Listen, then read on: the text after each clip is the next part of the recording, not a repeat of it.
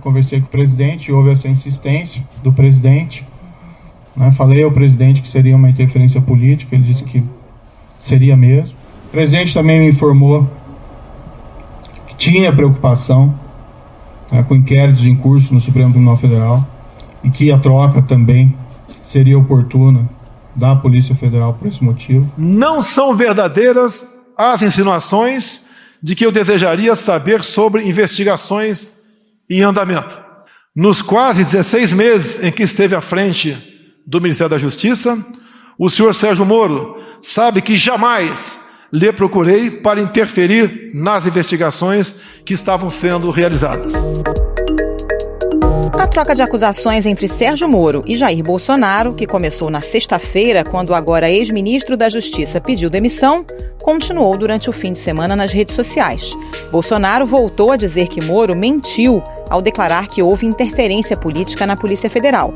O ex-juiz afirmou que é vítima de uma campanha de fake news. Essa postagem feita há poucos minutos pelo ex-ministro Sérgio Moro em uma rede social, dizendo o seguinte: tenho visto uma campanha de fake news nas redes sociais, em grupos de WhatsApp para me desqualificar. Não me preocupo, já passei por isso durante e depois da Lava Jato. Verdade acima de tudo, fazer a coisa certa acima de todos, escreveu o ex-ministro Sérgio Moro. As acusações feitas por Moro devem ser o ponto de partida para um inquérito no Supremo Tribunal Federal. Outras duas investigações em curso preocupam o Palácio do Planalto. Uma sobre a propagação de fake news e outra sobre as manifestações antidemocráticas realizadas no último dia 19. E justamente nesse momento deve assumir a direção da Polícia Federal o delegado Alexandre Ramagem, muito próximo à família Bolsonaro. Foi Ramagem quem cuidou, pelo menos de parte da campanha da segurança do presidente Jair Bolsonaro. E essa relação não se resumiu à eleição. A gente vai ver uma foto aí de um Réveillon, uma festa de Ano Novo, em que estava aí o vereador Carlos Bolsonaro, filho do presidente Jair Bolsonaro, abraçando aí, posando para a foto ao lado de Alexandre Ramagem. Indagado sobre a nomeação de um amigo da família, o presidente respondeu: e daí? No campo político, Bolsonaro é alvo de pedidos de impeachment feitos por partidos de oposição. Em contrapartida, ganhou o apoio de parlamentares do Centrão. Quais serão os próximos passos de Sérgio Moro? Como a Polícia Federal vai reagir à troca de comando? Qual será a repercussão política no Congresso a partir desta semana? E que estratégia deve adotar o governo para enfrentar a crise? Esses são os temas do Ao Ponto desta segunda-feira. Eu sou o Roberto Maltic, estou com a Carolina Moran, ambos em home office, e nesse episódio a gente conversa com os colunistas Bela Megali e Carlos Andreasa. Fique com a gente.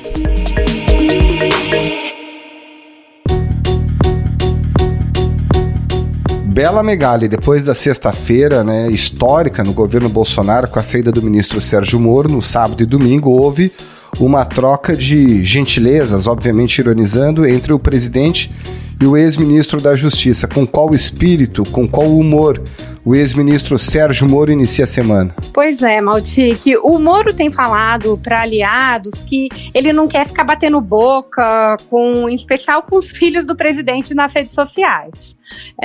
Mas a intenção dele é, por hora, se recolher um pouco, mas dependendo do movimento que vier do Bolsonaro ou do Planalto e ele se sentir obrigado a responder, aí ele vai se colocar, né? O que ele não tolera de maneira nenhuma é ser chamado de mentiroso. Então, a intenção inicial do Moro é começar a semana um pouco mais discreto, assim, né? Porque ele acha que já deu muito barulho, mas também não vai levar desaforo para casa, não. Se continuarem atacando, divulgando fake news, ele está disposto a responder, mas não quer baixar o nível, como ele tem falado ali do embate. Bela, o ex-ministro Sérgio Moro já mostrou alguns prints de conversas no WhatsApp, no Jornal Nacional, né? Uma delas com o próprio Bolsonaro e outra com a deputada Carla Zambelli. Parte da deputada a proposta para que Sérgio Moro aceite a mudança na PF em troca da nomeação dele para o Supremo Tribunal Federal. Ela diz: e vá em setembro para o STF, eu me comprometo a ajudar a fazer JB, iniciais de Jair Bolsonaro, prometer. Sérgio Moro rechaça a proposta. Prezada, não estou à venda. Vem mais prova por aí? O que os interlocutores do Moro dizem? O que eu consegui apurar hoje com gente muito próxima é que a ideia do Moro é, por hora, também tirar o pé e se pronunciar nos autos, como ele gostava de dizer na época de juiz da Lava Jato.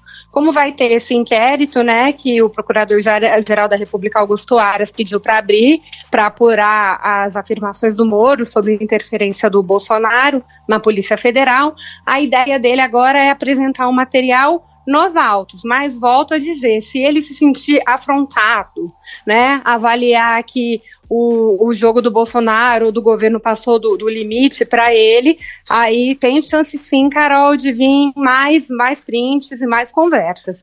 Pelo que eu apurei com as fontes do ex-ministro, agora ex-ministro, ele tem um material bem vasto para mostrar.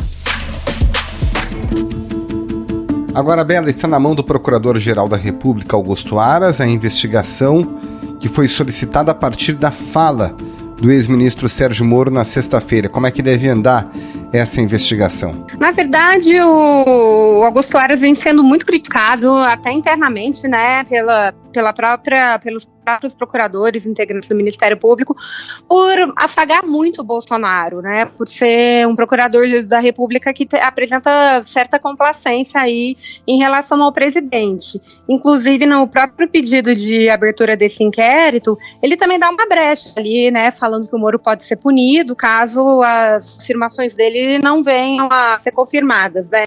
Diz que também pode ficar caracterizado aí por parte do Moro o crime de denunciação caluniosa, né? Então, a gente não... Enfim, o Aras pode surpreender, mas hoje tem uma preocupação, sim, que essa investigação ela até pegue um pouco leve, vamos dizer, com o presidente Jair Bolsonaro, porque a gente sabe que o Augusto Aras tem tido um pouco essa postura de não fazer as investigações envolvendo o presidente, como a própria classe, como os próprios integrantes do Ministério Público Federal vêm cobrando. Eles acham que o Aras deveria ter uma conduta mais dura em relação ao Jair Bolsonaro, incluindo aquele inquérito, incluindo a investigação aí da participação dele no movimento em que havia participantes pedindo a intervenção militar, né? Acabou a época da patifaria! É agora o povo no poder!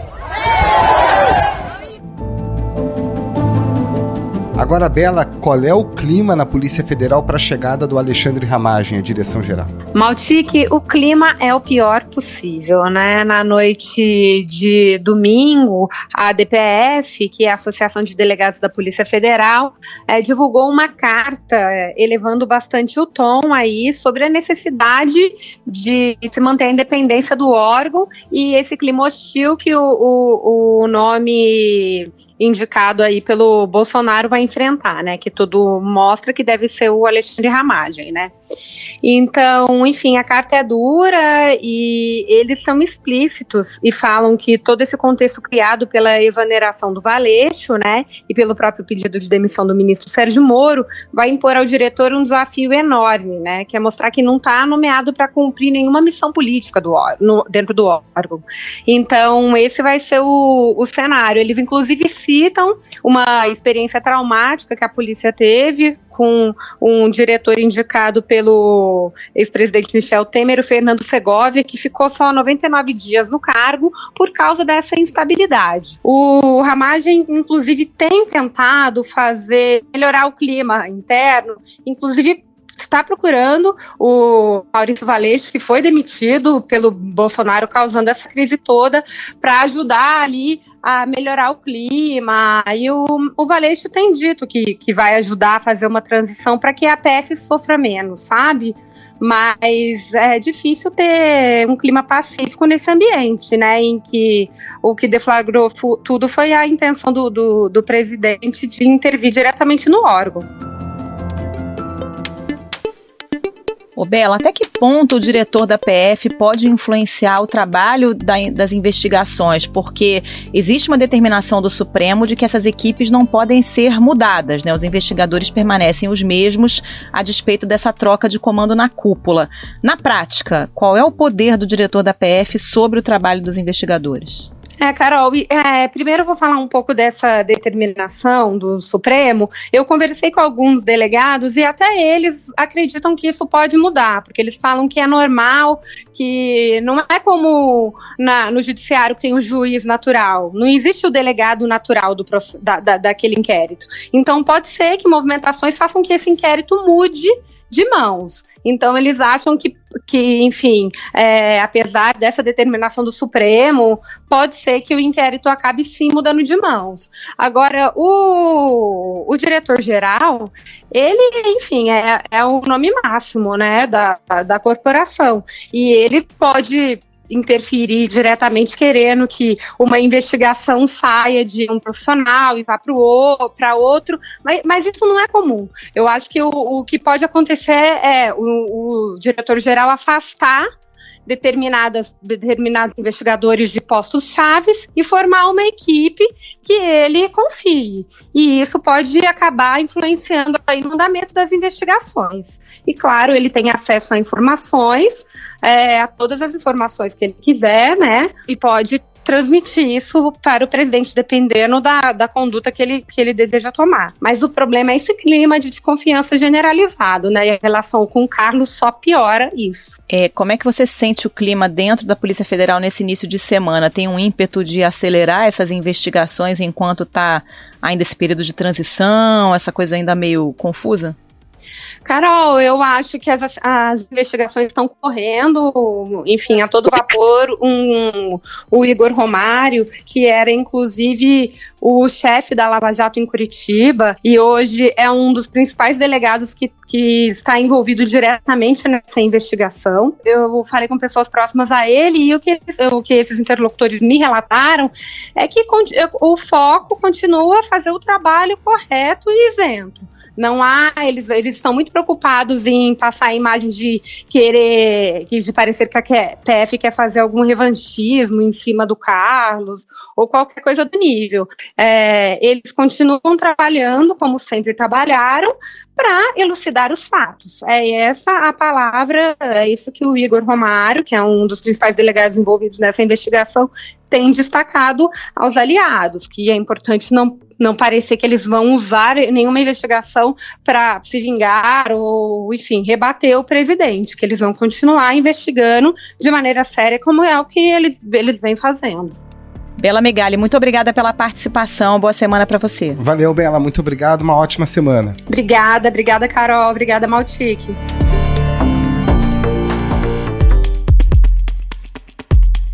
Carlos Andreas, a semana começa com o presidente Jair Bolsonaro sem a sua principal figura, o ministro Sérgio Moro, que saiu do governo na sexta-feira. Por outro lado, o presidente busca respaldo no Centrão. Fala em nomes de Roberto Jefferson, Arthur Lira, oferecimento de cargos. Para onde vai o governo nesse início de semana? Roberto, eu tenho a impressão de que a gente está assistindo, nesse momento, a uma espécie de troca de pele do presidente da República, Jair Bolsonaro. Como se ele estivesse inaugurando agora, ainda sem ter concluído o 16º mês do seu governo, como se ele estivesse inaugurando um novo governo dentro desse governo, a rigor que não chegou ainda à metade. Ele tinha na constituição do mito eleitoral Jair Bolsonaro 2 pilares muito evidentes. O primeiro, o mais orgânico, era o da segurança pública, aquele mais antigo, da sua natureza, realmente algo que deu Jair Bolsonaro existência política. A esse pilar, ele somou esse definitivamente não orgânico, esse um pilar de ocasião, porque o presidente é um excelente leitor de causas populares, de demandas populares. Ele agregou a essa bandeira da segurança pública o combate à corrupção, especialmente a partir da debacle dos governos lulopetistas. Ele entendeu que essa era uma demanda da sociedade e que crescia muito essa demanda em função do surgimento da Lava Jato a partir de 2014. Vamos lembrar que em 2014 Jair Bolsonaro teve quase 500 mil votos, já com esse discurso anti-lulopetista centrado na corrupção. Em 2010 ele teve 120 mil votos, com a bandeira, bastante voto, mas muito menos. E tinha um outro pilar, esse ainda mais recente, mas fundamental para conquistar a elite, que era o pilar liberal na economia, o pilar Paulo Guedes. Temos que atravessar essa tormenta. E temos que atravessar sem perder a bússola, sem perder o norte. Nesse momento, o presidente perde base social na classe média. Esse pilar, segurança pública, lavajatismo, que é o pilar onde se sustenta também a Lava Jato, que se sustenta também o Sérgio Moro, com a saída de Sérgio Moro do governo, fica profundamente abalado. Mas o presidente da República, para te responder, portanto, a pergunta, não abre mão de Sérgio Moro e, portanto, de parte da sua base social mais importante, essa base social de classe média, sem ter, é uma aposta, sem vislumbrar que há uma nova base se abrindo para ele. E é uma base para a qual ele nunca olhou, para a qual ele nunca se voltou, e uma base que nunca votou nele, que é a camada mais pobre, que é a população mais pobre. A Covid-19, o enfrentamento da peste, dá um ensejo para Jair Bolsonaro trocar essa pele e, por meio de programas assistencialistas, aqueles que atacavam nos governos lulopetistas, encontrar um novo público no qual se escorar. Eu acho que é isso que está em curso agora. E é isso que está em curso agora que bota na mira do bolsonarismo, para um futuro muito próximo, Paulo Guedes, um outro pilar importante do bolsonarismo. Porque, para mim, está muito claro agora que o presidente da República está usando o ambiente da crise, que, a rigor, lhe protege, por exemplo, a meu ver, contra um processo de impeachment.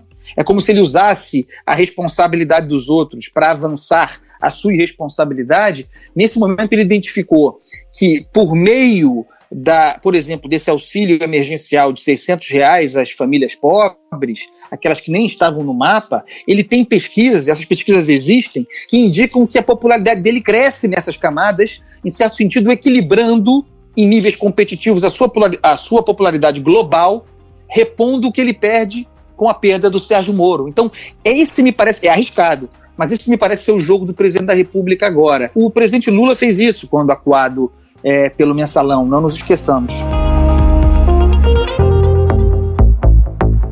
Andreasa, essa busca de apoio do presidente Bolsonaro nos partidos do Centrão, na sua opinião, é suficiente para dar suporte a ele no Congresso? Porque a gente viu no caso da presidente Dilma, por exemplo, que ela sofreu impeachment quando perdeu esse apoio político, além da crise econômica e de todas as outras questões, né? Não nos esqueçamos que aos quais Bolsonaro recorre agora são os mesmos que no passado ele atacou fortemente. Quando você faz isso, você diz: estou sob pressão e preciso de socorro, preciso de ajuda. Você, portanto, gasta mais caro do que anteriormente, né? Usando uma linguagem de mercado, paga um preço mais alto para conquistar apoios em momento de desespero, o que significa que você paga caro, mas não necessariamente recebe em troca a lealdade que espera. E foi isso que aconteceu exatamente, para citar o exemplo que você deu, foi isso que aconteceu com a Dilma Rousseff. É claro que a história é diferente, é claro que agora é importante ter clareza sobre isso. Bolsonaro está protegido pela Covid-19, pela responsabilidade das pessoas. Não há, a meu ver, condições, e a percepção a esse respeito é muito clara, de tocar um processo de impeachment, que é um trauma muito grande, que é gerar uma crise, num momento de crise como a que nós estamos vivendo sem precedente. Aliás, ao Centrão, interessa ter um presidente fraco. Interessa ter um presidente que entregue fartos espaços do governo, precisando desse apoio. Então o Centrão pode jogar com isso longamente, né, e ter o presidente sob controle. Andreasa, seguindo a linha de raciocínio do ex-ministro Sérgio Moro, o presidente da República gostaria de interferir na Polícia Federal em inquéritos do interesse dele mesmo. Aí ele removeu essa peça, que era o ministro Sérgio Moro, portanto contratou a possibilidade, seguindo essa linha de raciocínio, de interferir em processos e investigações que lhe dizem respeito de alguma forma. Só que agora o ministro Sérgio Moro tornou tudo isso público. O presidente Bolsonaro tende a conseguir o seu objetivo nessas investigações? Roberto, isso aí envolve família, né? Envolve também uma lógica patrimonialista, que é aquela que caracteriza o populista Jair Bolsonaro. Então me parece que ele vai levar isso a fundo, né? Que ele não vai deixar de controlar a Polícia Federal para proteger a si e aos seus, mesmo diante daquilo que evidencia Sérgio Moro. Eu, infelizmente, não tenho como persistir com o compromisso que assumi, sem que eu tenha condições de trabalho, sem que eu tenha condições de preservar a autonomia da Polícia Federal para realizar os seus trabalhos, ou sendo forçado a sinalizar uma concordância com uma interferência política na Polícia Federal. Acho que isso está dado, acho que isso virá, né? Isso está explícito. O presidente Jair Bolsonaro não entende a ideia, o valor, o conceito de autonomia. É como se ele, uma vez eleito, da forma como foi eleito, estivesse acima, e os demais poderes e as demais estruturas republicanas deveriam se curvar e ser submissas. Essa é a ideia que Jair Bolsonaro tem sobre a Polícia Federal. Vejam que já o indicativo de um ministro da Justiça, da sua absoluta confiança, quase da família. O Planalto deve divulgar o nome do ministro Jorge Oliveira como substituto de Sérgio Moro na pasta da Justiça e Segurança Pública. É um sinal para mim muito claro de que com a Polícia Federal não será muito diferente. Agora, uma coisa para a gente ficar atento é como a Polícia Federal reagirá a essa tentativa de tutela da parte de um presidente da República. A gente pode esperar, se for assim, que a gente volte a ver aquele espetáculo de vazamentos, operações sendo vazadas, gravações, grampos e tudo mais. Acho que a gente tem algum risco de radicalização aí nos próximos meses, o que, obviamente, é tudo de que o Brasil não precisa.